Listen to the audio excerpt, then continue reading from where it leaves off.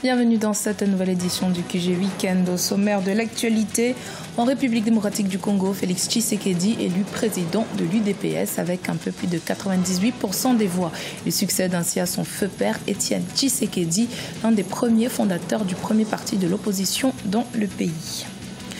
Le Rwanda est résolument lancé dans la course vers la numérisation des procédures de commerce prônées par le territoire douanier unique de l'Afrique de l'Est. L'Office rwandais des recettes vient notamment de lancer un portail en ligne sur le commerce. Et puis, découverte en fin d'édition d'une marque africaine à la conquête du monde d'origine gambienne, Jeka Fashion est le fruit d'une combinaison entre tradition et modernité. Félix Tshisekedi a été élu président de l'UDPS, le principal parti d'opposition en République démocratique du Congo, dans la nuit de vendredi 30 à samedi 31 mars. C'était lors d'un congrès qui s'est tenu au siège du parti à Kinshasa.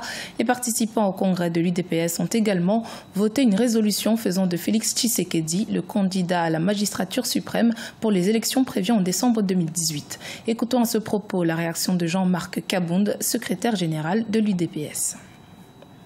Sachez qu'en aucun cas, le parti ne peut se transformer en un patrimoine familial ou en un bien sous la coupe réglée d'amis et de copains. Sachez que l'UDPS est un patrimoine commun qui a vu plusieurs de ses filles et de ses filles mourir et la blessure est encore saignante. Sachez que toute grande décision sur l'orientation du parti requérera de vous une consultation plus large au sein du parti et un consensus. Cela favorisera la consolidation de l'unité du parti et nous évitera de frustrations inutiles.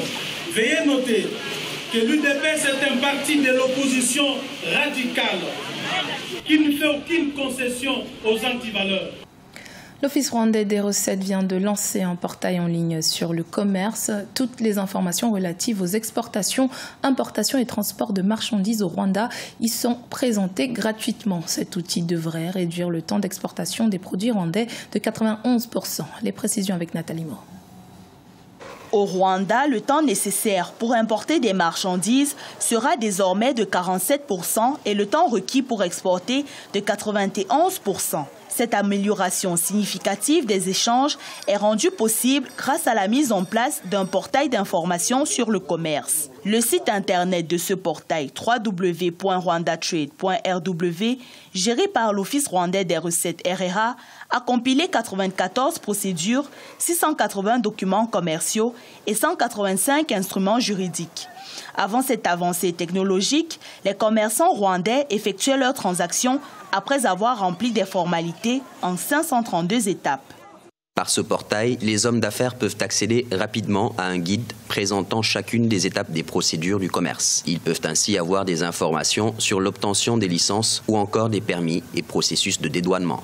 Le Rwanda, grâce à cet outil, s'arrime aux recommandations de la réunion du territoire douanier unique STC de la communauté de l'Afrique de l'Est, tenue du 25 au 29 mars 2018 en Tanzanie. L'une des mesures phares de ces assises porte à ce propos sur l'application des systèmes TIC transfrontaliers et l'amélioration de la coordination entre les organismes des secteurs privés et publics.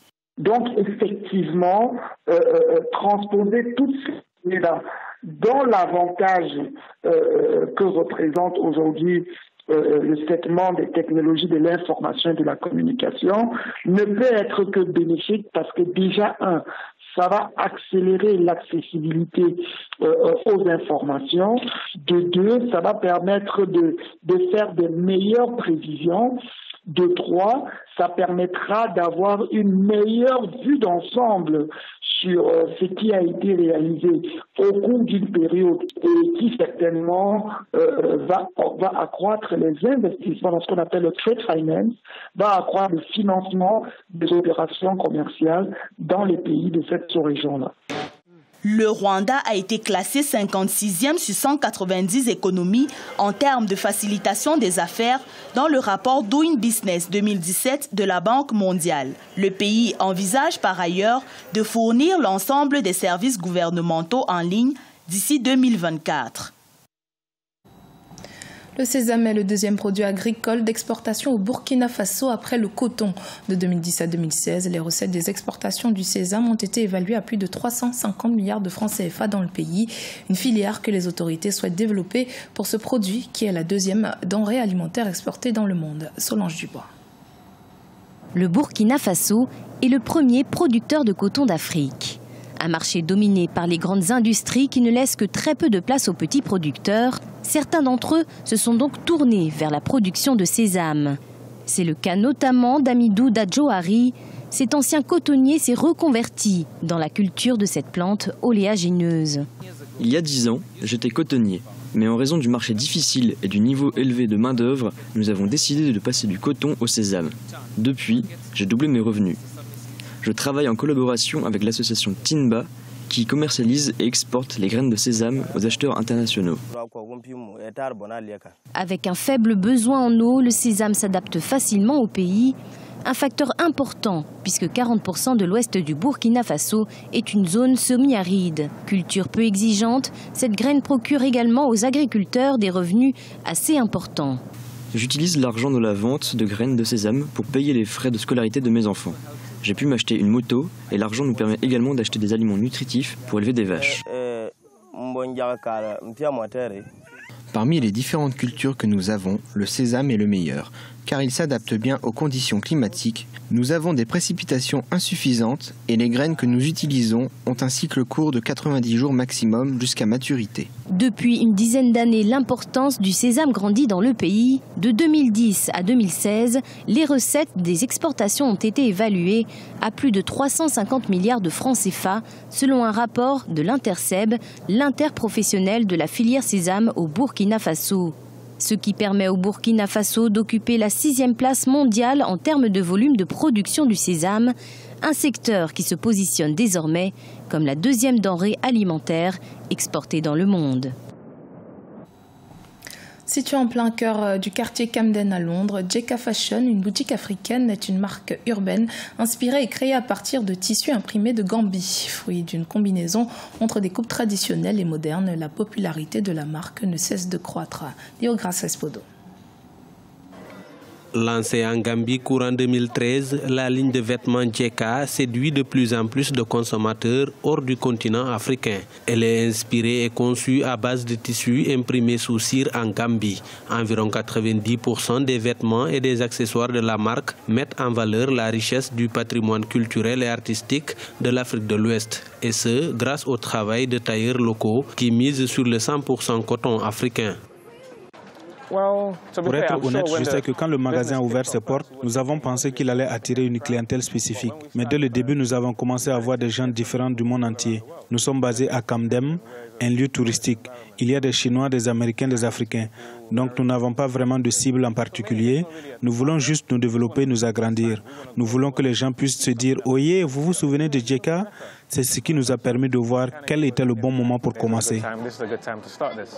Jeka est un mot tiré de la langue wolof parlée principalement au Sénégal et en Gambie. La marque veut aller au-delà de l'usage des tissus colorés dans leurs vêtements pour transmettre des valeurs et une culture méconnue dans le reste du monde. Bien que les créateurs de la marque aient d'abord ciblé la diversité et la grande communauté de la diaspora africaine de Londres, l'emplacement du magasin dans l'un des quartiers les plus fréquentés et les plus branchés de la ville attire des clients de divers horizons.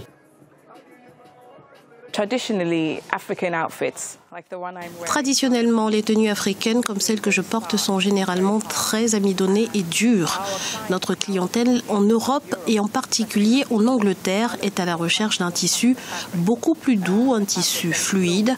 Quand je cherche des tissus, je prends en compte les besoins de nos clients et aussi le style, le design que nous essayons de créer.